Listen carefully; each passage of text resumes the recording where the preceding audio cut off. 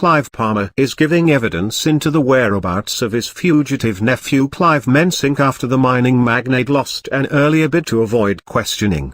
Federal Court Judge John Reeves dismissed Mr. Palmer's last-minute application to put examination procedures on hold, saying there was not enough evidence to support the application. Earlier, Mr. Palmer's attempt to delay the hearing and throw out the case that would require him to answer questions about the whereabouts of his fugitive nephew Clive Mensink was labeled a stunt by liquidators of his collapsed nickel refinery. Mr. Palmer made the last-minute application ahead of his scheduled examination hearing in the federal court, seeking to have the entire case thrown out.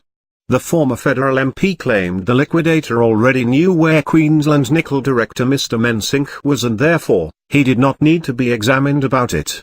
He also cited an abuse of process as the reason for his application to have the case thrown out and sought to adjourn today's hearing until the application was decided.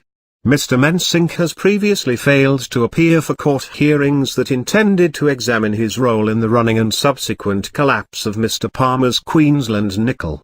About 800 employees lost their jobs when the refinery, north of Townsville, went into liquidation in 2016. Special purpose liquidators appointed by the federal government to recover $70 paid out to former employees via its entitlements guarantee scheme are seeking to recover the money. Acting for the liquidators, Barrister Robert Newlands said Mr. Palmer's application to throw out the proceedings, filed last night, lacked evidence.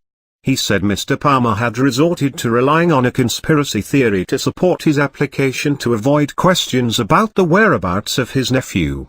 He's saying that the Australian government knows where Mr. Mensink is, therefore by some logic, so does the special purpose liquidator, Mr. Newlands said.